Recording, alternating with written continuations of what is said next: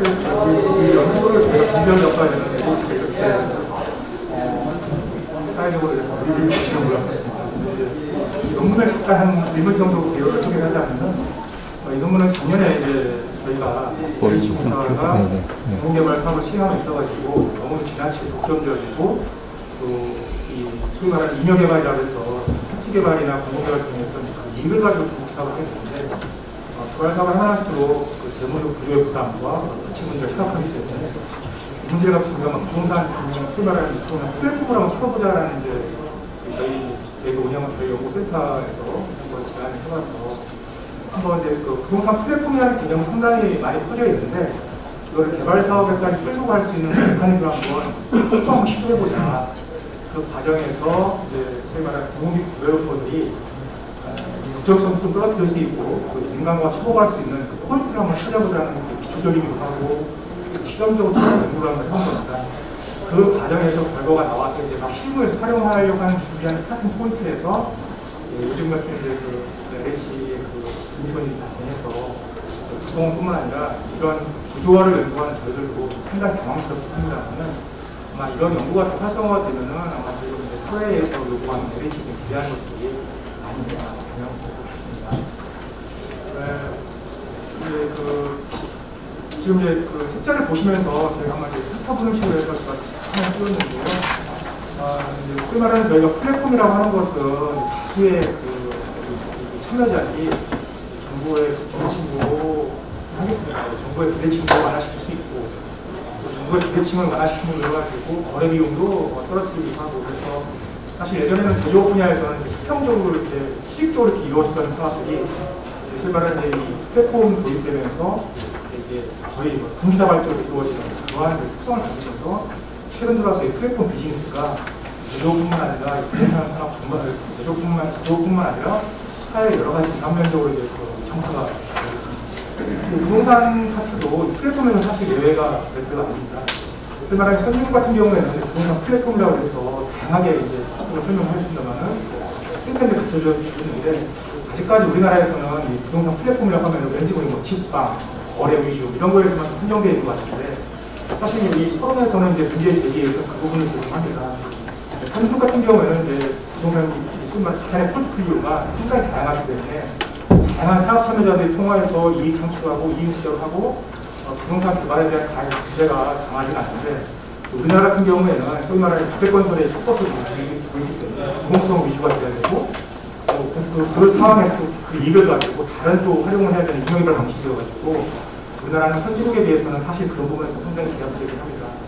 그러다 보니까 모든 사업들이 부동산 개발 사업들이 공공 위주로 가게 되고 민간이 참여하게 되면 민간 자체에 대한 인식을 가져가기 이익을 얻는다 또 사업성 위주로 모든 사업을 찾는다 해서 사회적으로 민간 개발을 또 환영하지 않는 표시긴 합니다만 반면에 그런 부분에 있어서도 공공은 사실 이제 그런 부분을 또 다 흡수할 만큼 여력이 있지 않다는 것이죠. 그 비근한 사례로 저희가 LH공사 같은 경우에도 연구를 이제 LH공사 뺀다더라도 공공 디벨로퍼 하더라도 공공 디벨로퍼의 이익을 대부분 자기 주거업체 사업으로 넘어가기 때문에 이익을 만들어내는 것 자체도 문제지만 이익을 투자하는 것도 문제가 있습니다. 그래서 그러한 과정도 우리가 플랫폼 형태로 한번 접근하면 어떻겠는가 하는 그런 그 주제입니다. 그래서 이제 이 연구는 우리나라의 부동산 산업 발전에서 공공 디벨로퍼를 상당히 지배하는데 이 디벨로퍼들이 이 사업 추진의 동력을 잃지 않게 하기 위해서 사업 방식 변화를 일으켜주고 또 사업 방식 변화를 일으켰을 때 민간과 어떻게 만나고 다양한 사업 참여자를 만나서 리스크와 수익을 분산시킬 수 있는 그런 비법들이 뭐가 있겠는가라는 그런 것을 시도하고 있습니다. 그래서 물론 이 사업은, 이 연구는 아무래도 이제 부동산 개발 사업에 있었을 때 효율성을 의식하는 파트라고 봅니다. 저희가 설정을 해놨습니다. 그래서 실질적으로 공공개발 사업법을 어디까지 볼 것인지, 플랫폼을 어떻게 적용을 할 것인지, 플랫폼을 어떻게 디파인하면 넘어갈 수 있는 것인지를 갖다가 앞부분에 서론에서 이제 문제 제기를 하고 있습니다. 연결 문제 방법 같은 경우 범위나 방법 중에서 저희가 오늘 이 자리에 설명드릴 방법은 대표적인 부동산 개발 사업 두 가지 유형이 있는데 하나는 도시개발 사업처럼 수익이 발생하는 사업들이 형태가 있고요. 주거환경 개선 사업이라든지 소위 말하는 도시개발 사업처럼 디벨로퍼의 손실이 상당히 우려가 되는 사업체가 장기화되고 거기다 각종 문제점을 넣어야 되는 이런 사업들에 있어서 두 가지의 사업을 유형을 구별을 해서 어떤 사업들이 더 효율적으로 플랫폼 방식을 썼을 때 효과가 될 수 있는지 그런 것들을 한번 저희가 그 FPB나 또 IR 등을 같으면서 아주 심플하게 한번 바라보면서 조금 더 앞으로는 노력을 할 연구였습니다. 그래서 일본 도형은 뭐 별차이 부서 내용은 유인물을 하는 걸 하고요. 그리고 두 번째 장에서 플랫폼 이론의 배경과 선행 연구의 동면을 보면은 플랫폼은 이론에서는 플랫폼을 제공하는 사업 시행자가 있어야 됩니다. 사업자가 있어야 됩니다. 그 마당을 제공하는 사업자가 있어야 되고 그 마당 안에서 누구씩 들어와서 자유롭게 경쟁도 하고 호흡도 맞춰야 되는 파트너도 있어야 되는데 그림 이처럼 우리가 소위 말하는 이렇게 해서 저희가 그 그림을 그려볼 수 있습니다. 다만 플랫폼 이론이라는 것은 부동산이나 경제학에서 다룰 수 있는 논리가 아니라 사실은 IT에서 발전된 논리가 있어서 그걸 경제학이나 부동산까지 끌고 올 때는 다양하게 이제 그 설명도 필요하다는 내용을 본문에 기술을 해봤습니다. 그래서 이제 저희 이 연구진들은 부동산 플랫폼의 그 비즈니스 영역을 이렇게 한번 저희가 5가지 정도로 영역을 나눴는데요. 토탈 서비스도 있고요, 매물 오픈도 있고요, 솔루션 기능도 있고, 더 나아가서는 부동산 호텔 그 호텔 서비스를 활성화시키는 그런 구조들을 나누고 있는데, 개발 사이드에서의 부동산 금융 플랫폼, 개발 사이드에서의 부동산 플랫폼을 이용하자고 한다면은 이것은 부동산 금융 파트가 가장 적격이라는 것을 저희들은 이제 이미 실무에서도 확인했었고 이론적으로 되어 있습니다. 왜냐하면은 과거에는 부동산 개발이라고 하면은 건설업 위주나 시행 위주였는데 지금은 어느 누구도 부동산 개발을 단순히 건설업이라고 판단하지는 않습니다. 부동산 이퀄 분위기로 갈 만큼 소위가 파이어라는 개념인 것이죠. 파이낸스, 인슈런스, 리얼이스테이트에서 저희 이제 그 연구원들이 이제 잘 쓰는 용어들 파이어라고 해서 부동산 결국 금융이고 금융자본이 부동산을 끌고 가는 그렇게 역전이 됩니다. 심지어는 대규모 대형 건설사들도 자회사로 다 미치면서 들 만큼 부동산은 그 단독성을 갖는 것이 아니라 금융하고 같이 맞아서 떨어졌을 때 효과가 되어 있는 거고 금융이 만났었을 때는 다양한 사업 참여자와 니즈가 만날 수 있어서 그것이 소위 말하는 플랫폼의 그 근본 메커니즘을 따라갈 수 있는 거 아니냐는 것을 착안을 해서 공공개발 사업에 있었을 때 효율성을 높이고 독점적 지위를 떨어뜨리기 위해서는 궁극적으로는 그럼 결국은 부동산 금융을 활용하는 것이 플랫폼을 볼 수 있는 거 아니냐 그 논리를 저희가 끄집어내기 시작합니다. 다만 이제 부동산 금융이 여러 가지 기법들이 있는데 펀드도 있고 리치도 있고 BF도 있고 여러 가지가 있을 수 있겠죠. 그렇지만 그런 것을 생각보다는 아무래도 개발 쪽에 디벨로퍼들이 잘 쓰기 쉬운 이 비이클 중에 하나가 리치이기 때문에 이 연구에서는 이제 그 리치 효과를 가지고서 저희가 이제 세그멘트를 가기 시작했습니다. 선행연구 검토 차별성 부분에 있어서 선행연구는 그리고 공공개발 사업이라는 키워드 하나 하고 부동산 금융이라는 키워드 하고 플랫폼이라는 키워드 갖다가 서로 조합해보면은 지금까지 선행연구에서는 우리 그 부동산 학교 마찬가지지만 개별적으로 다 연구들이 이루어지고 많은 논문들이 발표가 되고 있습니다. 공공개발 사업도 논문이 많고요. 부동산 금융은 최근 들어와서 논문이 조금 발견되고 있지만 아직까지는 활성화가 안 되고 있고 플랫폼까지 넘어가면 부동산 플랫폼까지 넘어가면 전혀 우리 연구에서는 아마 회장님이 지청석 회장님께서 예전에 한번 논의했던 부동산 플랫폼의 논문 하나 정도가 유일하게 그 부동산 학부에서 검색이 될 정도로 부동산 플랫폼의 논문은 아직까지 우리 학회에서는 논의가 안 되고 있습니다. 물론 다른 학회도 마찬가지긴 합니다만 그만큼 생소한 개념이어서 오늘 아마 토론 때도 굉장히 많이 열띤 그 의견들이 나올 거라고 기대를 하고 있습니다. 그래서 공공개발 사업을 갖다가 이제 그 김연아 박사와 또 지금 한만희 서울시대 교수 이제 전 차관 같은 경우를 보게 되면은 공공개발 사업을 갖다가 비판하는 논리가 있고 찬성하는 논리가 있습니다. 물론 이제 정인환 박사님이나 원장님이시죠. 부동산 원장님이시니까 정인환 박사는 정인환 원장님이나 한만희 교수님 같은 경우는 공공개발 사업을 그대로 중요하다. 반면에 이제 바로 권산연의 김연아 박사 같은 경우는 아니다. 공공개발 사업을 민간으로 지식시킨다는 논리를 대립지하고 있었는데 사실 이 논리를 갖다가 우리가 여기서 지금 찬반 논의하기 전에 각각 특성도 있다는 것도 인정을 해야 될 필요가 있고 또 이 부동산 금융을 갖고서는 이제 우리가 이 정책 사업이라든지 또 민간의 재원, 공공의 재원 연구를 할 때는 독보적으로 저희 좀 약간 민망하긴 합니다만 LH 연구원만큼 이런 많은 리포트를 발간하는 대부분 다 공공 디벨로퍼들의 재원을 어떻게 끄집갈 건가 해서 이 연구들이 나오기 시작하는데 이 연구들은 실질적으로 이제 부동산 금융을 갖다가 프리폼화로 가게 된 하나의 메커니즘을 잡고 있습니다. 여기서 이제 선행연구에서 2017년도 토슈대공사에서 발견한 저희가 연구한 부동산 플랫폼을 이용한 리치 활성 강화 이런 연구들은 사실 하나의 상품 기획을 위해서 우리가 얘기합니다. 우리가 소위 말하는 귀농 침투라고 해가지고 은퇴자들이 아래쪽 좋은 지역을 갔었을 때 이제 그렇다가 리치로 구조화시킨다고 했을 때 자금은 누가 될 거고 누가 운영을 할 거고 누가 설계를 할 거고 누가 건설할 것인가 대해서 다양한 사업 참여자가 모아줄 수 있는 이제 플랫폼을 제공할 수 있는 게 리치가 아니겠는가 뭐 이런 식으로 정부가 이제 이루기 시작했고 2010년, 2020년을 전후로 해서 아주 그 증권사 리포트 중심으로 해서 부동산 플랫폼이 필요하다. 뭐 미국의 뭐 딜렛닷컴이라든지 뭐 어디라닷컴에서 미국 같은 경우를 예를 들면서 전 세계적으로는 플랫폼이 굉장히 활성화되어 있어서 부동산 산업에 큰 대세를 차지하고 있다. 이런 리포트가 나오기 시작합니다. 그러니까 아직까지 우리나라에서는 부동산 플랫폼이라는 그 용어를 보기에는 좀 약간 생소할 수 있다. 그래서 이제 이러한 그 선행 연구들을 저희가 한번 쭉 다 비교를 해보면은 궁극적으로는 부동산 플랫폼이 과연 우리나라 부동산 산업을 개발 사이드에 도움을 줄 수 있는지, 그 개발 사이드에 그동안에 그 시장을 리드했던 공공개발, 공공디벨로퍼들은 이미 한계점 도달하고 있으니 플랫폼 자체가 그걸 효율적으로 볼 수 있느냐 없느냐를 우리가 한번 접근해 보면은 아마 근본 연구에서 시범적으로 볼 수 있지 않겠는가 하는 것이 이제 선행 연구를 저희가 발표했던 사항입니다. 플랫폼 요소들은 저희가 이제 이건 상당히 약간 주관적일 수도 있지만 사업을 시행할 때 단계 플랫폼, 자금 조달 때 플랫폼, 또 뭐 운영할 때 플랫폼 다 쪼갤 수도 있는 부분이 있습니다. 그래서 이제 오늘 그 선생님 여러 팬들께서, 교수님 박사님께서 논문을 다 보셨다는 가정하에 표 2는 유인으로 가정을 하겠습니다. 다만 표 2에서 가장 이 부동산 플랫폼에서 뭐 우리나라뿐만 아니라 해외에서도 가장 중요시 여기는 것은 결국 자금 조달 플랫폼. 그것은 역시 파이낸스에 포함되는 것이고 그게 안정적으로 이루어지냐 안 이루어지냐에 따라서 부동산 시장이 안정적이냐 안 안정적이냐 더 나아가서는 다양한 부동산, 상업용 부동산까지 자산의 포트폴리오를 갖출 수 있느냐 없느냐는 결국 자금 조달 플랫폼이 가장 중요하다.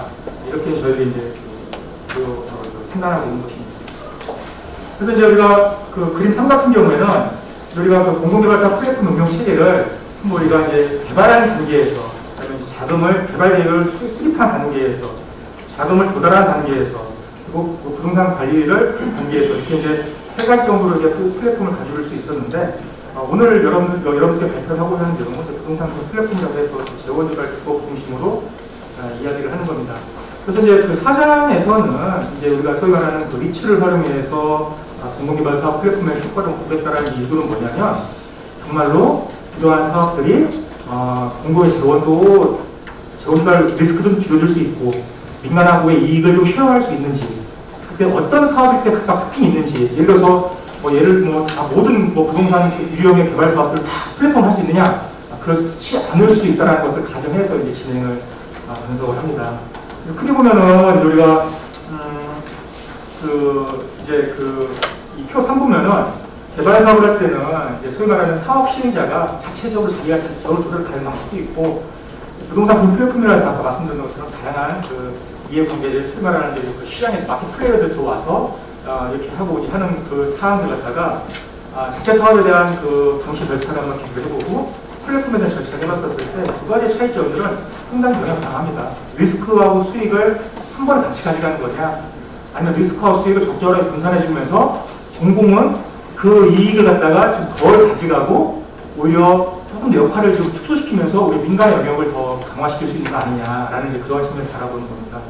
그리고 대표적인 우리가 이제 근본 논문에서 제시하는 것이 공공개발사 플랫폼에서 가장 대표적으로 사용할 수 있는 것이 이제 우리가 소위 말하는 리츠의 개념을 우리가 한번 그런 거고요.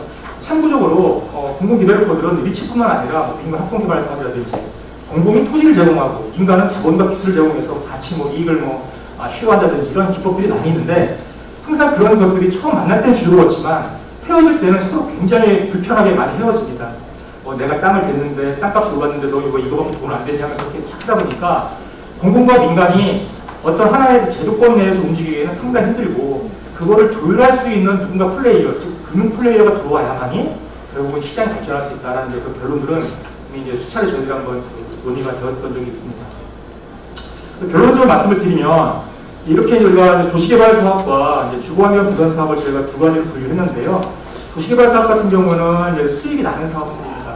수익이 나는 사업들이고 주거환경 개선 사업은 사업이 길고 또 투자도 많이 들고 회수가 늦게 들어가서 사실 민간 디벨로퍼들이 도시 주거환경 개선 사업을 한다고 했었을 때 여기서 조금 저희가 한번 추가적으로 첨언하자면 서울시 같은 경우에 공공주도의 재생 사업이 있고 민간주도의 재생 사업이 있는데 민간이 재생 사업을 한다고 해서 했는데 지금 현재 서울시장도 발표를 하고 있는데 여러분들은 어떻게 보시는지 모르겠지만 이 작은 조달 시장에서 파트해 볼 때는 민간이 주거환경 재생 사업을 끌고 간다는 것은 상당히 성공 사례가 그렇게 많지 않을 정도로 좀 어려운 부분이 있습니다. 그것은 뭐냐면 이익과 리스크를 같이 안 가져가려고 하는 그런 특성들이 있다 설명을 드릴 수가 있을 것 같습니다. 그래서 저는 지금 현재 이사대식 일환으로 주거환경 개선 중에서 주택 공급을 늘리겠다는 그런 것들도 사실은 공공의 역할도 중요할 수 있는 부분들이 있는데 지금 이제 이 여건상 많이 주저앉아서 아쉬운 부분도 없지 않아 있습니다. 도시개발 사업 같은 경우 저희가 얘기를 비우면은 이제 사업자료 같은 경우는 저희가 실제 리얼 자료를 한번 써놓습니다. 어느 사업인지를 저희가 공개하기는 어렵지만 실제 도시개발 사업을 했었을 때 자체 사업하고 표 사업 같은 경우는 자체 사업비 분할서스하고 대안 모델, 그러니까 부동산 플랫폼 모델을 사용했었을 때 영업 지출도 똑같고 금융이자도 똑같은데 이제 무사한 차이하는 비용들이 뭐냐면은 이 설립 비용, 그러니까 그 플랫폼을 설립하는 그 비용이 약간의 차이는 있을 수가 있는데 도시개발 사업이라든지 뒤에 나오는 주거환경 사업이 초기의 사업 비용은 플랫폼 방식이 조금 더 비싸기는 해요. 근데 그 자금을 가지고 사업비 투입 성과를 보게 되면, P5에서 보게 되면은 자체 사업과 부동산 플랫폼, 위에는 대안 모델과 똑같은 방식들이 보면은 IR이라든지 또는 MP 같은 경우에는 도시개발 사업 같은 경우에는 이 공공 디벨로퍼가 자체적으로 제어로 들어가는 것보다는 사실상 부동산 금융 플랫폼을 사용하는 것이 여러 가지로 사업성이 개선될 수 있고 더 나아가서는 사업성이 개선된다는 얘기는 뭐냐면 그만큼 공공의 이익이 공공의 역할을 축소시킬 수 있다는 거죠. 축소시킨 그 부분만큼 민간의 역할도 강조시킬 수 있고 민간이 과도한 수익을 갖다가 못하게끔 공공이 그 플랫폼 내에서 조절을 할 수 있고 소위 말하는 코퍼레이션 기능과 매니지먼트 기능을 같이 가지고 있다면 우리 플랫폼 효과가 있을 수 있다는 것을 저희가 이렇게 표상에서 해보는 겁니다. 그래서 도시개발 사업의 사업 기간별로 수익자고 수익세 기간별 저희가 한번 센서티브를 한번 보게 되면은 시간이 지날수록 사실상의 자체 사업보다는 지금 기존의 사업 방식보다는 플랫폼 방식이 여러 가지로 우월적인 요소들이 많이 발생하는 것으로 예상될 수 있습니다. 반면에 주거환경 개선 같은 경우는 사업비 투입이나 여러 가지 조건들은 기존하고 대부분 다 동일합니다만은 초기의 사업 비용은 부동산 금융 플랫폼이 앞으로 말씀드린 더 올라갑니다. 설립 비용이 있으니까. 그렇지만 이 사업 기간은 보통 주거환경 개선 사업 같은 경우는 도시개발 사업보다 사업 기간이 상당히 길어지기 때문에 이 자금을 플랫폼 참여자들이 견뎌낼 수가 없어요. 그러니까 중간 다 이탈하게 됩니다. 그래서 저희가 이제 그 표에서 보시면 알겠지만 사업비 증가 부분을 이제 MPB라든지 IR이 쭉 떨어지기 시작하면서 사실상 그 사업을 참여할 유인이 없다라는 것을 저희가 수치적으로 설명할 수 있는 부분입니다. 그래서 이러한 그림 국 같은 경우를 보게 돼도 주거환경 개선 사업에 따른 리치의 자동치 성과를 보면은 필수일적으로 상당히 불안정하게 플러스시를 보일 수 있고 이 안에서 수익성은 당연히 이제 그러한 역할들을 저희가 이제 볼 수가 있는 것이죠. 그래서 결론적으로 이제 여기서 1차 결론을 냈은 게 뭐냐면 사업기간이 5년 정도 안정적인 사업기간 또 수익성이 발생될 수 있는 부분은 이제 공공이 안 된다. 공공은 토지만 수용하고 토지만 가져가고 올 수 있는 토지 권한만 주고 나머지는 플랫폼 방식으로 해서 민간이 움직일 수 있는 방식으로 가면 된다. 거기에 절대 욕심부리지 말자. 거기에 욕심부리는 순간부터는 사회적 공공 디벨로퍼는 칭찬받을 수 없다. 그것이 이제 저희가 플랫폼 효과를 갖다가 조금 더 좀 이렇게 앞서 나가서 해석을 할 수 있는 그런 부분들이에요. 반면 주거환경 개선 사업 같은 경우는 공공성이 강한 그런 사업 같은 경우는 굳이 민간 사업 하지 말고 플랫폼 하지 말고 하지 않고 공공이 그 역할 충분히 할 수 있게끔 다른 중개적 지원이 필요합니다. 그래서 플랫폼의 방식을 이런 효과들이나 다 좋긴 한데 사업 유형에 따라 조금 차별화될 수 있으면 어떻겠는가. 그것이 오히려 공공들을 열심히 하고 민간을 열심히 하는 것이지 이 사업은 니꺼 내꺼 이런 식으로 분리할 필요는 없다라는 그런 결론에 나오게 됩니다. 그래서 이제 제가 이제 시간이 10분밖에 안 돼서 그냥 너무 숨차게 올라온 것 같은데 이 연구의 이제 그 결론 부분은 그렇습니다. 27페이지 보시면은 여기가 연구의 노출된 시각적으로 우리가 첫째, 둘째, 셋째로 나왔는데 제가 오늘 학회에서 고민도 받고 또 한번 다양한 학교에 계시고 또 이런 관련된 연구에서 연구하시는 교수님들이 학생들께 보시는 거는 둘째 부분입니다. 이런 플랫폼이 과연 공공의 독점적인 지위를 완화시킬 수 있는 도움이 됩니다. 그 지금 예를 들어서 언론에서 LH를 해체할 공공디벨로퍼죠. LH를 해체한다, 분해한다 나오는데 그렇게 극단적인 방법이 필요할 수 있지만은 조금 더 세련된 기법을 통해서 그 역할 부분을 배제시키고 할 수 있는 것들이 있는데 인위적으로 할 수 있는 게 뭐 그런 논의를 필요할 수 있겠지만은 이런 부동산 금융의 그 기법들이나 플랫폼을 가지고서 지금까지 공공이 국정적 지위를 완화시킬 수 있는 포인트가 찾을 수 있지 않을까. 저희들은 이제 찾을 수 있을 거라고 판단했는데 오늘 토론에서 어떤 얘기가 나올지 한번 저희 궁금합니다. 세 번째 같은 경우에는 이제 뭐 공공 디벨로퍼 역할을 어떻게 가져갈 수 있을 것이냐, 또 그 개발사업 전반에 이용되는 것이 아니라 조금씩 이제 지금 사업 사별수업 주면서 점점 확대될 필요성이 있다. 이제 그런 거를 한번 강조했던 내용이고요. 그리고 이제 결론 부분에서는 뭐 사업기간 당기고 또 수익성이 좋아지면 어떻게, 사업기간 길어지고 수익성 없으면 어떻게, 이것을 저희가 합니다. 이 연구의 그 한계와 향후 과제를 저희가 한번 이제 오늘 마지막으로 이제 짧게 말씀드리려고 하는데요. 저희는 이제 이 근본이 과제를 저희가 연구를 하면서 본 연구가 있고 그 본 연구에서 디벨로시프에서 수용 발표가 됐는데 상당히 뭐 조심스러운 몇 가지 그 포인트들이 있습니다. 첫 번째로는 부동산 플랫폼을 부동산 금융이라고 얘기를 할 수 있을까? 플랫폼의 속성을 우리 이 연구에서는 충분히 담아냈는가? 근데 한계점 그겁니다. 담아낼 수 있었는데 재원 쪽에만 포커스를 두어서 조금은 좀 미진할 수 있는 부분이 있다. 그럼에도 불구하고 이런 플랫폼 방식을 갖고서 개발 사업을 접근했던 연구가 있었느냐? 없다라는 것을 이제 확인할 수 있어요. 그래서 이런 플랫폼 연구를 기존의 뭐 주택의 거래, 상업 자산의 거래, IT와 접속되는 어떤 그런 것보다는 실제 이 부동산 시장에서 실물 자산과 건설과 공급하는 사이드에서 플랫폼 방식을 이용해보자는 것이 이제 저의 1차, 아까 그 처음에 그 말한 것처럼 우리 부동산이라고 하는 것은 자산의 공급이 이루어져야만 시장이 형성되는 거 아니겠어요? 그래 거래가 이루어지는 건데 자산을 공급하는 방식에서 디벨로퍼들이 플랫폼 방식을 한번 이용해보자는 데 저희가 제안했다는데 그 의미를 부여할 수 있지 않습니까? 게 있고. 다만 이런 한계점들은 저희가 너무 리치라는 그 단일 비클을 갖고서 지나치게 NPV, IR 보면서 너무 비즈니스 역할에서만 본 게 조금 저희가 좀 아쉽긴 합니다. 그렇지만은 자료 구독의 한계라든지 또는 어떤 그런 복잡한 뭐 통계 기법이라든지 이걸 갖고 있지 않더라도 자산 공급자들은, 그러니까 부동산 공급자, 소위 부동산 서플라이어들은 이렇게 고민을 하고 있다. 우리가 주택 건설이든 뭐든 다 고민스러워 할 때 그냥 단순하게 채권 찍어서 사고를 하는 것이 아니라 이렇게 다양한 아이디어를 갖고서 부동산 자산 공급자들, 뭐 비단 공공뿐만 아니라 민간 디벨로퍼들도 엄청나게 많은 비이크를 고민하면서 자산 공급하고 있는 것들이 있어서 그 이면적인, 그 숨어있는 비하인드의 스토리들을 조금 더 표현화시키면서 우리가 이론적이나 실무적으로 한번 논의를 해보면 앞으로 우리가 부동산 산업의 발전에 대해서 플랫폼을 조금 더 활용할 수 있지 않을까. 네, 그렇게 한번 결론을 내리고 있습니다. 너무 많이 빠져서 죄송합니다. 네, 감사합니다. 여기까지 하겠습니다. 지금까지 우리가 학회를 하면서 기존의 논문하고는 좀 차별성이 굉장히 큰 논문이고요. 그리고 아까 이제 발표자께서도 얘기를 하셨지만은 이 플랫폼이라고 하는 그런 검색어가 우리 학회지 지금까지 딱 한 번 있었다라는 그런 말씀하실 정도로 그 연구의 주제는 기존 연구와는 좀 차별되고 그리고 제가 또 많은 부분에서 연구를 해야 될 그런 영역이 아닌가 생각을 합니다. 그리고 제가 감사한 것은 이 연구는 사실 이제 공공의 입장에서 어떻게 하면은 이제 공공의 역할과 민간의 역할을 좀 구분해가면서 갈 수 있을까?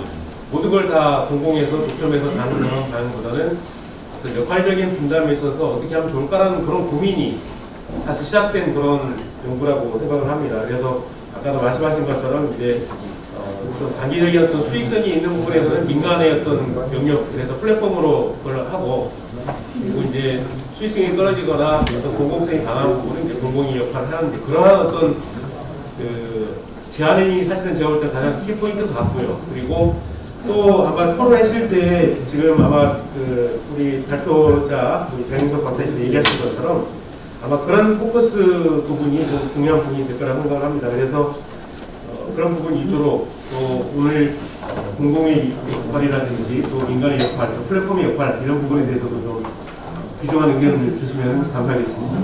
그러면은 오늘 그 아까 소개를 다 이미 하셨습니다. 우리 저기 이성태 총재님께서. 그래서 제가 따로 소개는 하지 않고요.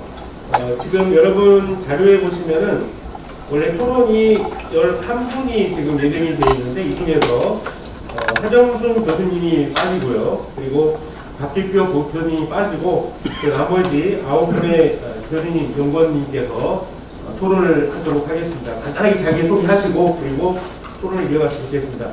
이 사회자가 가장 중요한 것 중 하나가 시간을 좀 전략하는 부분이거든요. 그래서 원래 지금 그 예정되어 있는 시간은 지금 3시까지입니다. 이제 끝나야 될 시간입니다.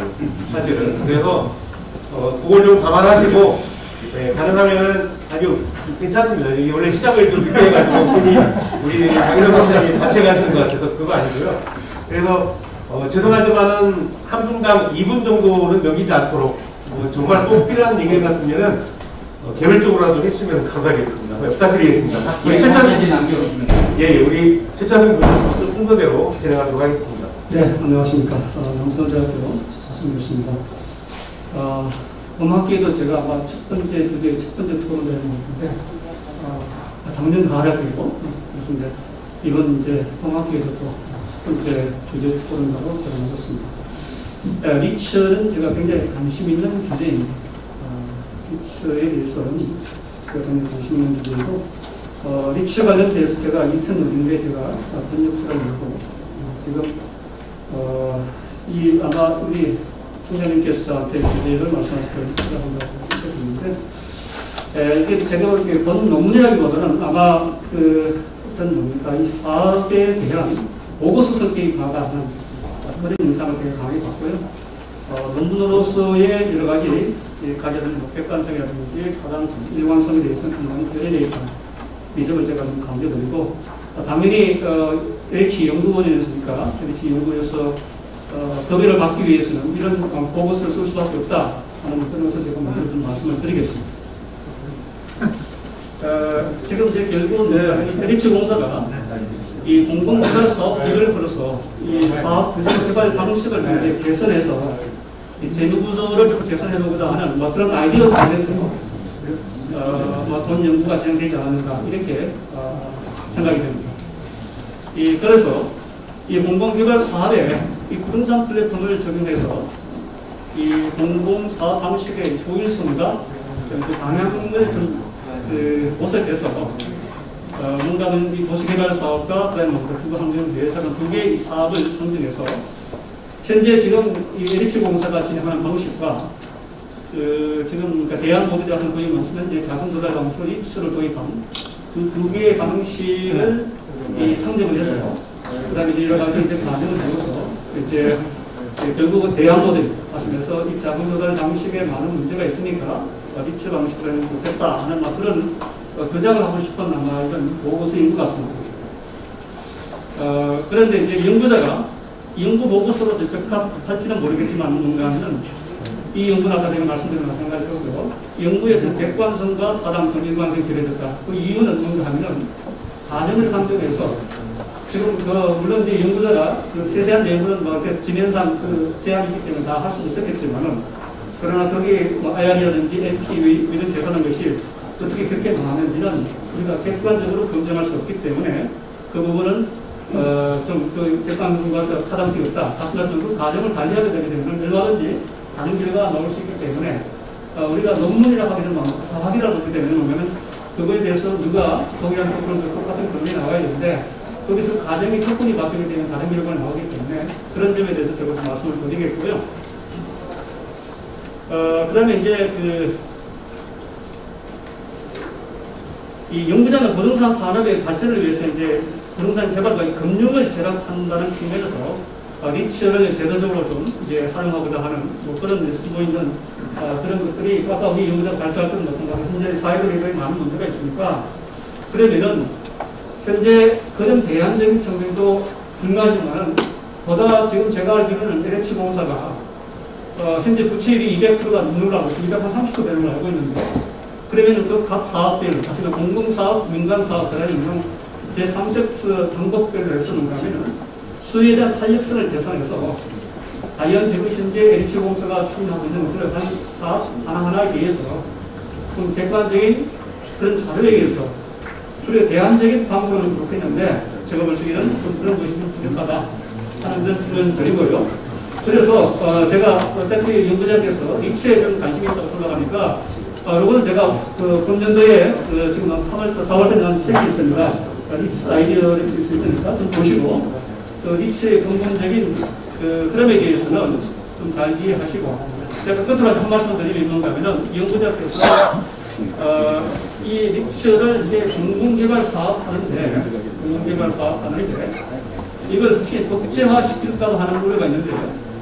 그런 점에서 상당히 좀 우려가 됩니다. 그래서 그러면 좀 잘 중에서 리치는 미국에 보면 종교로 민간주도에 있었기 때문에 그런 부분을 제도로 끌어들여서 마치 앞으로 이제 이 LH공사 모든 사업에 리치를 의무적으로 법대로 해야 된다 하는 그런 걸 좀 생각을 했으면 좋겠다. 물론 연구자는 거기 많은 유혹을 느끼겠지만 그러나 그런 건 조금 준비했으면 좋겠다 하는 말씀을 드리고 제가 연구 제안은 마지막으로 이건 뭐냐면 앞과 같이 이 공간과 민간 또 제도 방식에 대해서 각 사업별로 수혜된 탄력성을 조사해서 그 각각에 대한 문제점이 무엇을 도출하고 거기에 대해서 어떤 방향 방식을 내게 되면 이 LH공사가 살 수 있는 살아남을 수 있는 또 이 뭔가하면 부동산 사람이 기여할 수 있는 기회가 되지 않겠는가 하는 이런 생각입니다.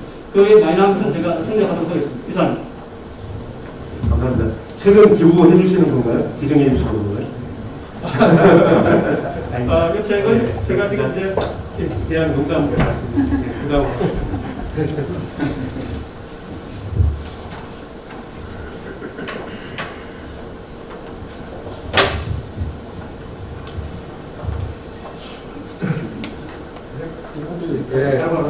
시간이 높고요. 소개 안 하겠습니다. 제가 리치를 활용한 공공개발 사업 플랫폼 설계와 효과 분석을 봤을 때는 뭔가 특이하다라고 봤는데요. 전체를 읽고 보니까 금융을 이용한 개발 사업의 경제적 타당성 분석으로 저는 파악이 됐고, 플랫폼이라는 게 예전에 이제 여기서는 이제 두 개 산업이라든지 그런 것들이 이제 연결되는 건데 원래 부동산에서는 여러 산업들이 연결이 됐기 때문에 이거 플랫폼이라고 쓰지 않아도 예전 용어만 안 썼을 뿐이지 예전에 다 실무에서 다 했던 부분이기 때문에 그리고 이제 여기서 이제 니츠라든지 니츠를 활용하는데 니츠를 왜 사용했냐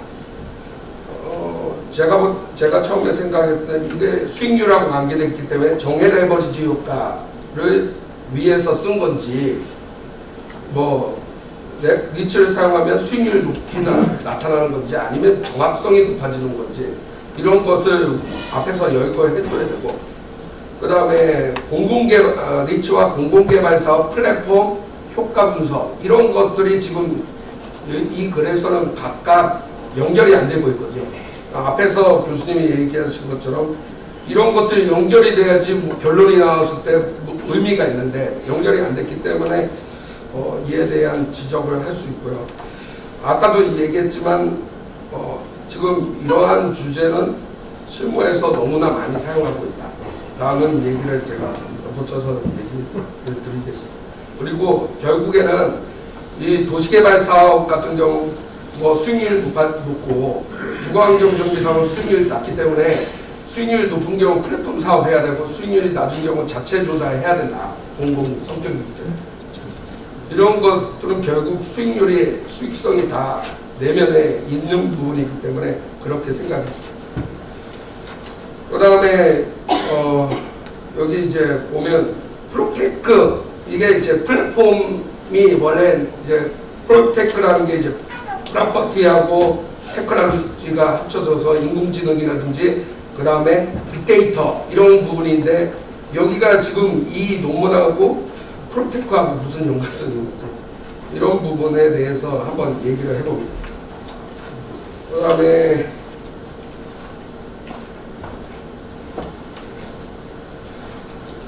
다 앞에서 얘기하셨기 때문에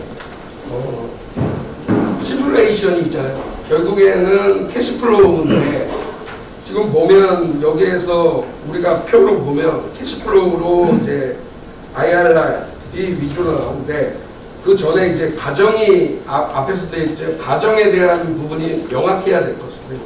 그리고 캐시플로우가 아까 5년, 10년 뭐 그렇게 나와 있는데 지금 5년, 10년은 다 보여줘야 되는 게 아닌가. 이렇게 계정이 많지 않으면 다 보여줘야 되는 게 아닌가, 이 부분에서.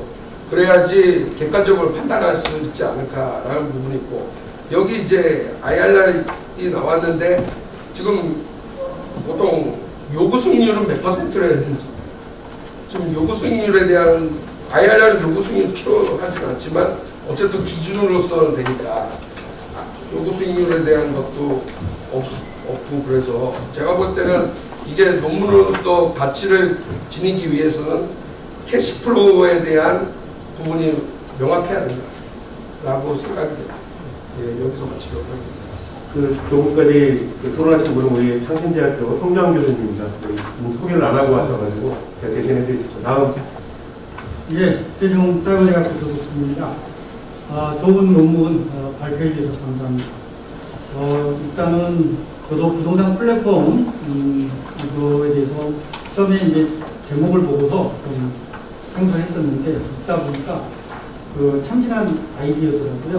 플랫폼 이론을 공공개발 사업에 적용하려고 시도를 하고, 거기에 이제 도시개발 사업하고 주거환경개발 사업에 적용해가지고 플랫폼 효과가 어떻게 달라지는지 비교 분석한 것을 보고 그 논문 참신성은 제가 생각을 평가하고 있습니다.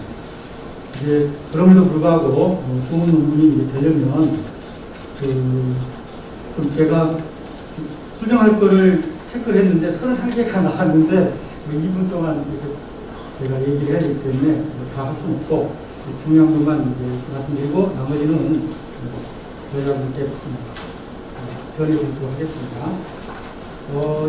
저는 이제 개인적으로 도시개발 사업과 이제 주거 환경 개선 사업이 있으면 그거에 대한 좀 간략한 내용이라도 본문에 좀 적어주면 읽는 그 독자들은 좀 좋지 않겠냐 생각했고요.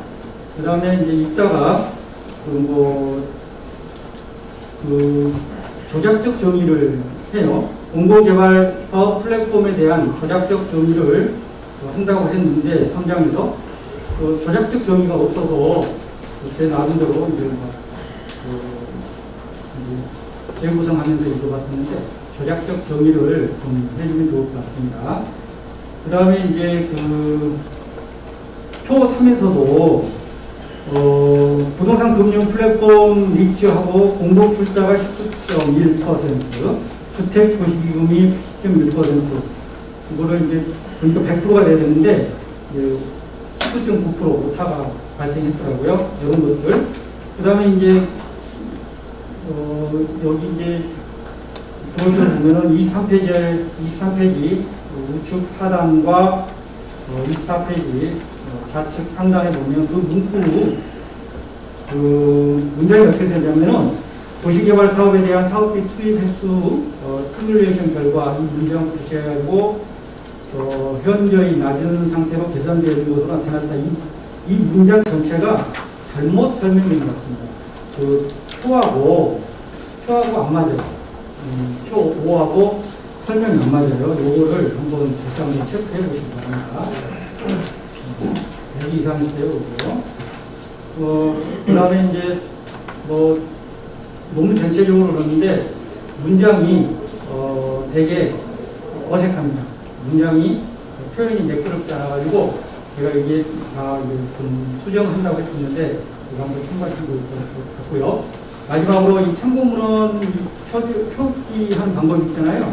이것도 이제 학회지 논문 수고하실 때 편집 규정을 준비해서 작성을 하시면 좋을 것 같습니다. 좋은 논문 이렇게 작성하시고 오늘 발표해 주셔서 감사합니다. 감사합니다.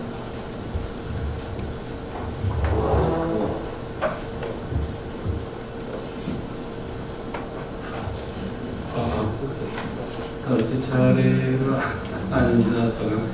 이번 제가 세 번째 토론에 참여하게 된 김포대입니다. 저는 지금 관제자 발표 주제에 한 2가지 정도만 보고 코멘트를 좀 가보고요. 하나는 지금 그 부동산 미지 형태의 그 금융 플랫폼을 얘기해서 공급을 하고 LH는 기본적으로 공기업입니다. 그래서 공기업에 대한 어떤 고유성과 세계성 측면 두 가지를 만들어주려고 하는데 그 LH공사의 그 사업비 구성은 어떻게 되어 있냐면 정부 투자기관이 되었으면 정부의 출자금 그리고 개발이 그 다음에 차입금으로 이루어지는데 보통 지금 아마 합쳐져서도 지금 10조가 안 될 겁니다. 지금. 네, 그런데 지금 총 부채 비용, 제가 이거 팔로우는 안 했어요. 요즘은 그냥 안 하는데 70조까지 부채가 발생을 해서 가는 경우가 있었습니다. 요즘은 좀 어느 정도 가는 경우가 있는데 근데 그 이유가 뭐냐면 사실은 이게 그 사업기간이 굉장히 길어요. 작은 것도 한 6년 걸리고 10년 같은 15년 정도 걸리는데 우리가 화폐 시간 가치를 그 기준으로 해서 NPVI를 하다 보면 제가 그 80년대 이후에 한 60개 사업적으로 가지고 분석해서 한번 논문을 쓴 적이 있는데 우리가 보통 회계적으로는 다 이익이 나는데 화폐 시간 가치 가지고 NPV 그 계산하면 한 70%가 적자가 납니다. 그러니까 어떻게 되냐면 이 결국은 사업비는 계속 늘어나요. 이게 연차가 지나가면서는 연간 사업계획이 200만 평이었다가 그 다음으로는 300만 평 사업비가 가속적으로 늘어나고 결국은 그걸 어디에서 감당을 하려면 차입금을 합니다. 그래서 정부 투자기관이 있는데 정부에서 지급 보증해서 그 차입이 좀 원활해요. 그래서 수십조를 그 차입을 하다 보니까 여러 가지 부채 문제가 발생을 하는데 그래서 이 지금 우리 발전자가 정말 연구를 고심을 하는 게 충분히 이해가 갑니다. 사실 왜 그러냐면 정부 지원은 없어요. 그 수십 년 전에 합쳐봤자 10대 이하 지원했는데 전혀 안 하시거든요. 그래서 계속적으로 부채기금 늘어나는데 이거를 커버를 해볼까 하는 여러 가지 고민이 충분히 이해가 가고 그래서 자금에서 이제 그런 측면에서 보면은 도시주택기금도 일단은 60조 정도가 투입지 지류를 이루어지는데 그런 부분도 어떻게 공영개발 쪽으로 한번 출연을 시켜서 해보자 하는 그런 쪽이 있을 것 같은데 이해는 가진다면 우선 우리가 이게 제도상으로 가능하냐 이걸 볼 때요 우리가 부동산 투자회사법에 여러분 알다시피 3개 투자회사 형태가 있지 않습니까? 자기관리형, 위탁관리형, 그 다음에 또 하나가 맞죠? 세 가지가 있는데, 지금 이거를 보면은 이 도시개발사업이나 재생사업에 그 위탁관리 부동산 투자회사 형태로 이렇게 어떤 자금을 투자를 받아가지고 운영을 하겠다. 이렇게 지금 검토가 되어 있는데, 이 부분은 조금 더 검토해야 될 것 같습니다. 왜냐면 이게 개발형 형태로 가게 되면은 계약이 있거든요. 그리고 위탁관리 형태는 이런 개발행위는 허용이 안 되는데 그래서 여러 가지 법 적용이 지금 개정이 된다든가 그런 부분들이 검토가 좀 돼야 되지 않을까. 그리고 사실은 이게 지금 두 번째 공익적 과정과 실성 측면에서 나중에 좀 말씀드릴 거고요. 이게 자금 조달이 상당히 어려우니까 특히 이게 도시개발사 쪽의 자금 조달 형태로 지금 플랫폼이라는 걸 구성을 한 것 같은데 사실은 이 PF 쪽도 오히려 적용을 해볼 필요가 있지 않나 싶습니다. 왜냐하면 신도시 개발하면서 국전에 최초로 프로젝트 파이낸싱을 토지 한 1,000억 정도를 출자를 해서 시작을 해서 최초로 성공을 했어요. 그런데 그 후에 지금 그 탄교 알파도시티 그다음에 동탄 메트로폴리스 해가지고 동탄 지역이 기억하기로 2조 8천억 돼요 사업부가. 그거를 전체 금융기관에서 다 대출을 받아서 대출을 해서 그걸 하는데 그 부분은 거의 다 지금 실패를 하고 있습니다. 그 이유는 지금 대주당 구성이라든가 사업시행자 자체에 토지값을 비싸게 받는 문제도 있는데 이 대주당으로부터 자금을 조달하고 이런 문제도 상당히 좀 어려움이 있었던 것 같아요. 그러니까 사실 이런 부분들, 주택 도시기금이라든가 이런 부분들이 그쪽이 되지도 않는 형태에서 자금 조달을 대신하는 역할을 하는 게요. 왜 그러냐면 아까 말씀드린 대로 지금 겉으로 회계사업으로 다 이익이 나는데 실제 FB 계산하면 계속 다 적자가 나가지고 부채가 계속 늘어나거든요. 그래서 이 LH도 어딘가에서는 지금 택지 사업뿐만이 아니고 임대주택 사업도 해가지고 전부 다 적자나는 사업들인데 어딘가 수익을 내는 부분이 있어야 된다고 보고요. 그래서 이제 그 TF 사업으로 그런 데 수익성이 있는 부분에 좀 수익을 내서 이 공공 비수익 나는 부분을 커버를 하는 방향에서 이 부채를 좀 관리를 할 수 있는 그런 방안을 해보는 게 적절하고요. 길어지는 다음에 좀 벌어진다.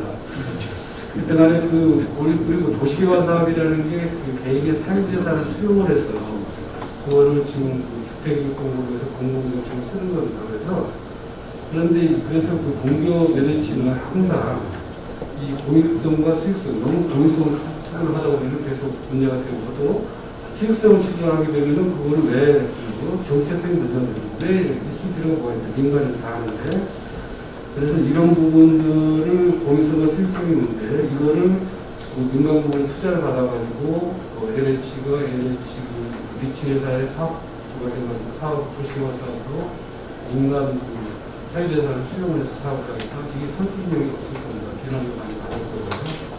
하여튼 그런 부분에서 좀 고민을 좀 해야 될 거라고 보고요. 제가 모델 좀 말씀드리려고 했다가 사실 저는 통합되기 전에 85년부터 2004년도까지 한 근한 20년 소리공사에서 몸을 감았고 그 2004년도에 지금 김포대학교 와서 지금 19년 차지금 학교에 있습니다. 항상 제가 전 직장을 항상 바라보고 있는데 아무튼 여러 가지 이렇게 어려운 시기에 사실은 어떤 조직을 위해서 열심히 노력하는 분도 있는데 그 많은 년의 직원 중에서 0.6%가 안 되는 명분이 이렇게 무릎이 느껴가지고 점점 어려운 것좀 안타깝기도 합니다. 하여튼 후배님들이 어쨌든 조직의 정체성이라든가 작은 문제, 여러 가지 직원들이 여러 가지 똑같은 상황에서도 열심히 노력해서 잘 못하길 바라고 소원을 좀 드리겠습니다. 항상 막갈 있지만 후배님들 열심히 노력하기 위해서 동의를 좀 하겠습니다. 일단 토론 마치겠습니다. 예, 감사합니다. 저기 지금 시간이 사실 계속 진행되고 있습니다. 제가 2부 부탁드렸는데 지금 평균적으로 한 5분 하신 것 같습니다. 그래서 죄송하지만 좀 간략하게 짧게 굵게 해주셔서 감사하겠습니다. 김중률 부탁드립니다. 네, 안녕하세요. 한창대학교 김준일 교수입니다. 저는 이제 LH의 고민이 이런 부분에서 많이 느껴지는데, 공공개발에서의 부동산 금융 플랫폼을 구축을 한다, 이런 측면을 본다면, 이게 가능은 하지만, 어떻게 보면, 이제, 단순하게 말하면, 이제 자금 조달 방식을 조금, 다양하겠다, 이렇게 하시는 것이지, 금융 플랫폼을 구축한다, 이거는 공사로서는 맞지 않는 것 같습니다. 그리고 이러한 리츠를 통해서 자금을 조달을 한다는 것은 이제 부채 비율을 낮추는 데 있어서는 이제 효용성이 있을 것으로 보입니다. 근데 이 리츠가 이제 어떤 상대적인 그런 수익성과 유동성 이것이 확보되지 않는다면 자금을 확보하기가 쉽지가 않아요. 그리고 또 리츠 같은 경우에는 지금 아까 발표하시면서도 말씀하셨는데 수익의 배분을 어떻게 할 것인가에 대한 구조가 나와야 먼저 이 상품의 판매가 이루어질 수 있다 이렇게 보이거든요. 그래서 단기적인 그런 개발을 할 때 PF나 리츠나 뭐 이런 것들을 이용하는 것은 어떤 부처 비율을 하는 데서는 효용성이 있겠지만 지금 장기 개발을 한다든지 장기 회수가 필요한 곳에서 리츠를 한다는 것은 상당히 어려울 것이다 이렇게 보입니다. 왜냐하면 유동성이 없는 그런 유통시장이 없는 리츠를 10년, 20년 이렇게 투자를 한다는 것은 어렵다고 이렇게 보여집니다. 그래서 그런 부분에서 조금 근데 리치를 이렇게 하시고 있는 시도는 뭐 저는 괜찮다고 봅니다. 왜냐면 아까 말씀하신 대로 투명성이라든지 또는 자기 부채 비율을 낮춘다든지 또 PF와 또는 채권과 비교를 했을 때 채권과 발행을 했을 때 리치가 낮다면 리치를 하시는 게 더 낫다 이렇게 보여집니다. 그리고 나머지는 이제 저기 그 논문을 쓰실 때 이제 저희가 읽기가 어려웠던 게 뭐냐면 할인율이라든지 현금 흐름이라든지 뭐 이런 것들이 없어가지고 도대체 어떻게 이 숫자가 나왔는지에 대해서 궁금한 게 너무 많아졌어요. 그래서 계열비가 아니시라면 이제 주의 형태라도 좀 달아주시면 좋겠습니다. 이상입니다. 예, 안녕하십니까. 명의연구대서 입니다. 앞에 교수님들이 대부분 다 하셨기 때문에 간단하게 이 LH공사가 이 부동산 금융을 제도화하고 그다음에 적용하면서 우리나라 부동산 금융이 상당히 발전해 왔다는 것을 이제 알 수가 있는데요. 20여 년 전 토지 수익 연계채권도 처음 했었고요. 지금 해서 잘 안 되긴 합니다만 공모형 PF 사업, 임대주택 및 특히 제도화가 안 된 PFV도 선도적으로 해서 나머지 이 PFV 시장이 엄청나게 커지는 거에 촉발을 한 것도 LH라고 생각이 듭니다. 그래서 이 논문을 봤을 때 플랫폼을 제기하길래 야 이제 진짜 수준이 상당한 수준까지 가려고 애를 쓰는구나 라고 봤는데 저도 이 논문의 내용은 그냥 도시개발 사업이랑 주거환경 개선 사업을 리츠 금융을 BEP를 활용하는 것 수준까지인지 플랫폼까지 갔다라고 보기에는 좀 어려움이 있는 것 같습니다.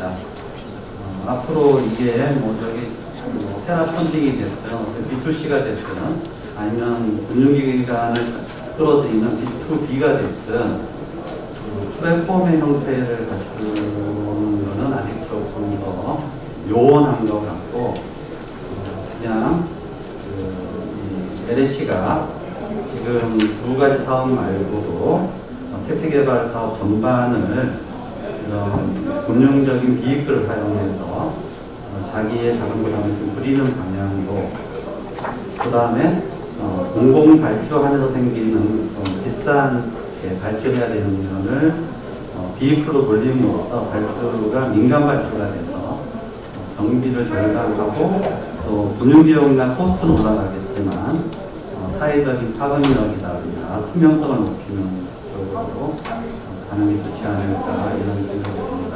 이상입니다.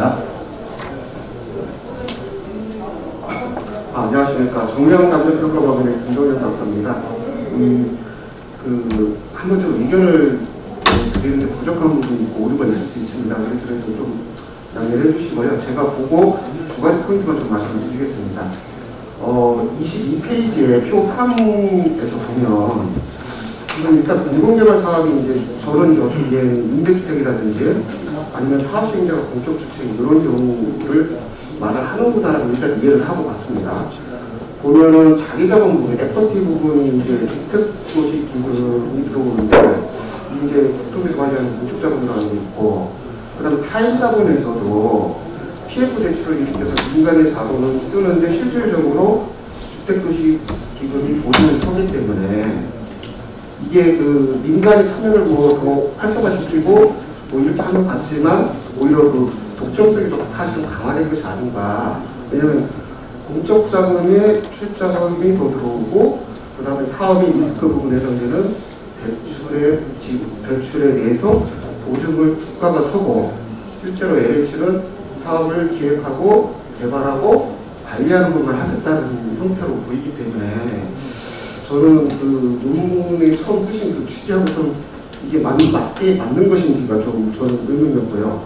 그래서 이 구조에서는 실제로 민간의 참여를 끌어들인 것은 그 PF 대출에서 금융기관에서 수익성을 목표로 하는 금융기관에 자금을 쓴 것, 그리고 리츠라는 형태를 통해서 유동화하면서 증권화하면서 투자금을 회수한다. 뭐 이런 개념으로밖에 보이지 않거든요. 그래서 실질은 오히려 독점성이 좀 강하다는 것이 아닌가라는 생각을 했습니다. 그래서 그리고 그 다음에 두 번째 부분은 이제 그 효과 분석인데, 사실 이 효과가 이제 재무적 효과인데 처음에 어떤 효과인지 한참 고민을 많이 했었어요. 근데 제가 보기에는 이렇습니다.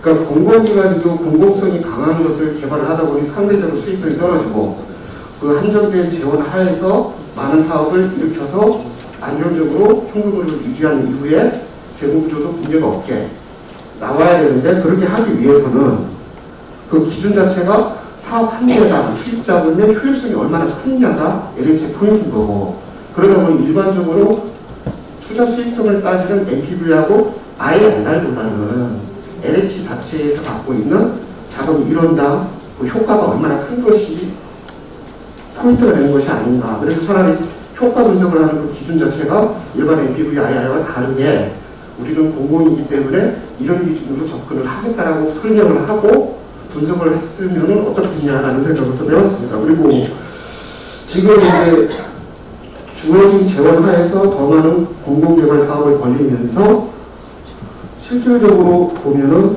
사업의 수익성을 자꾸 얘기를 하는데, 결국은 도시개발 사업 같은 경우는 수용 방식이기 때문에 비용이 많이 들어가는 거거든요. 근데 판지 방식으로 하고 또 집단반지 형태로 해서 개발 사업을 해버리면 사실은 투입 자금이 줄어들기 때문에 제가 보기에는 이거는 사업 방식에 대한 검토와 같이 해주는 것이 좀 내용이 좀 풍성해지지 않을까라고 생각을 해봤습니다.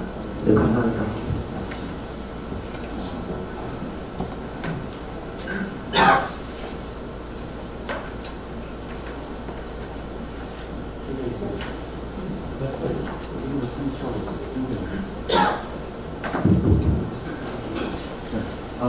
앞전에 다 하셔가지고 제가 드릴 말씀은 별로 없는 것 같습니다.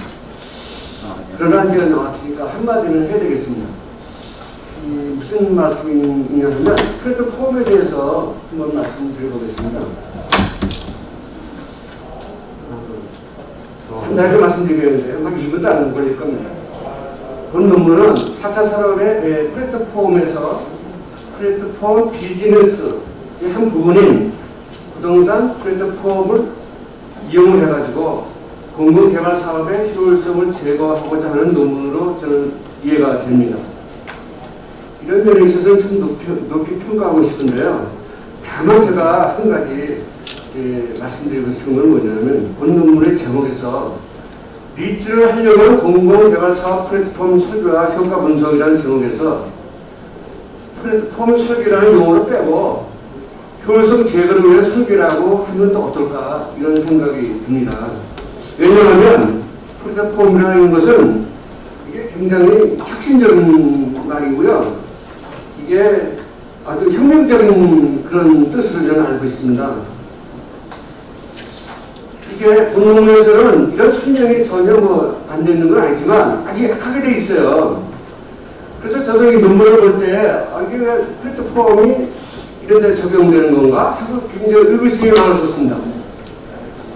결론적으로 보면 여기 논문에서 공공개발 사업의 효율성 제거를 위하여 리츠를 활용하는 방식은 리츠를 사용하는 기존의 사업 방식과 거의 유사하지 않나 이렇게 생각됩니다.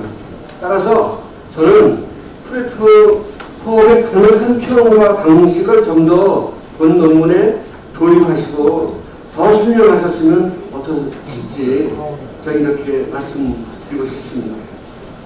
저자님 그동안 수고 많으셨습니다. 감사합니다. 예, 감사합니다. 조금 전에 마지막에 표본이 조금 조한국 연구원님이시고요. 한국지세단의 연구원으로 계십니다.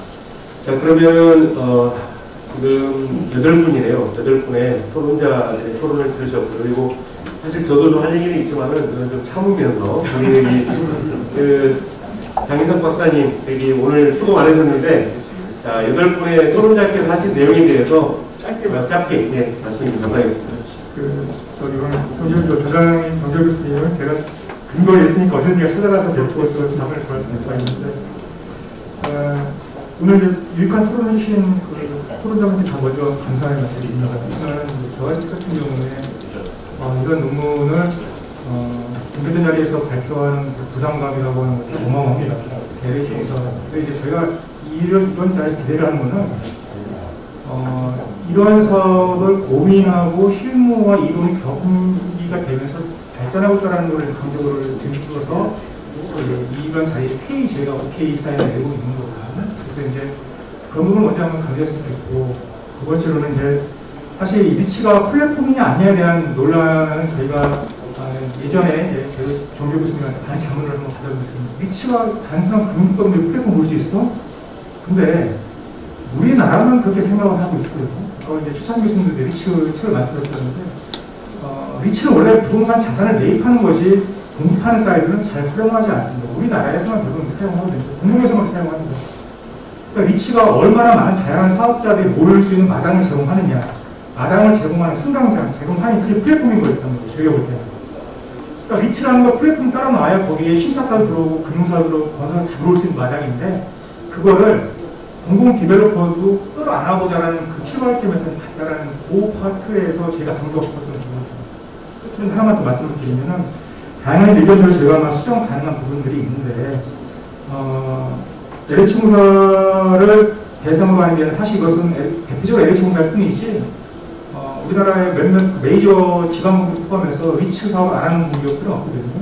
그건 뭐냐면 향후에 이러한 기업들이 다양하게 시장에서 움직일 수 있다는 포인트를 학회에서 한번 소개를 시켜주고 검증을 받고 싶다는 그런 말씀을 하나 있고, 수익률 부분 이런 부분들은 추후에 많이 보완이 돼야 될 것 같습니다. 또 공개할 수 있는 자료도 있고 없으신 자료가 있는데, 그리고 아까 우리 조덕훈 교수님께서 논문 포인트 들은 저희가 너무 보고서를 논문을 끌고 갈 때 몇 가지 저희가 체크를 해야 할 부분이 있는데, 제가 그 부분을 좀 소홀히 한 것 같습니다. 그 부분을 저희가 완성도 있게 한 번 더 체크를 하려고 하고 있고요. 그래서 이게 중요한 거 마지막 30초 말씀드리면은, 이 이론을 갖다가 실제 비즈니스 현장에서 쓰는 건 어마어마한 차이가 발생합니다. 우리가 교과서에서 리치를 이론을 갖고서 실무사를 움직이면은 거의 못 쓰는 부분이 있는 거죠. 엄청나게 막 양보해야 될 부분도 있고, 엄청나게 스크린해야 될 부분도 있고, 격차를 줄여야 될 부분도 있어서, 논문에는 상당히 허점이 많이 있습니다만은, 허점들이 있었을 때 그거를 예리하게 틀리다 맞다라보다는, 이런 부분도 우리가 검토할 수 있는 부분이 있다. 또, 부동산 시장에서 공공디벨로퍼와 민간디벨로퍼는 이런 부분들에 서로 간에 경쟁을 하고 있고, 수익률 싸움을 하고 있고, 협력과 배신을 하고 있다. 아마 다음에 기회가 주어지면은 이 리치 사업에서 민간 디벨로퍼 어떻게 디베이트를 하는지, 어떻게 배신하는지 저희가 한번 또 어떻게 또 배신하는지 그런 사례가 하면 좋은데, 조심스러운 것이 이게 참 그렇습니다. 그래서 그걸 아직 기회가 되면 또 재밌게 한번 또 스토리를 만들어 보겠습니다. 이상입니다. 네, 감사합니다. 저희 연구자들께서 굉장히 고민을 많이 한 것으로 알고 있고요. 저도 이제 이 CEO로 사실은 보도 때 들어갔었습니다. 그래서 잘 알고 있고요. 그래서 지금 말씀하신 그런 게 가장 중요한 것 같아요. 그러니까 그걸 하나의 어떤 논문으로서라기보다는 이러한 것을 이렇게 적용해서 이렇게 가는 것이 맞을까라는 그런 부분들, 그리고 이런 고민을 하고 있다는 것들, 그리고 이런 것들을 향후에 실적으로 이용할 수 있는 부분까지 좀 가는 단계에서 어떤 마중물 역할을 할 수 있는 그런 연구가 아닌가 생각을 합니다. 오늘 수고 많으셨고요. 그리고 다시 한번 우리 연구하셔서 발표하신 우리 장인성 박사님께 박수 한번 부탁드리겠습니다. 오늘 이미 토론을 해서 부탁드렸는데 시간상 이제 우리 토론을 해서 또 좋은 의견 주신 우리 토론자분들 모두께 박수 부탁드리겠습니다.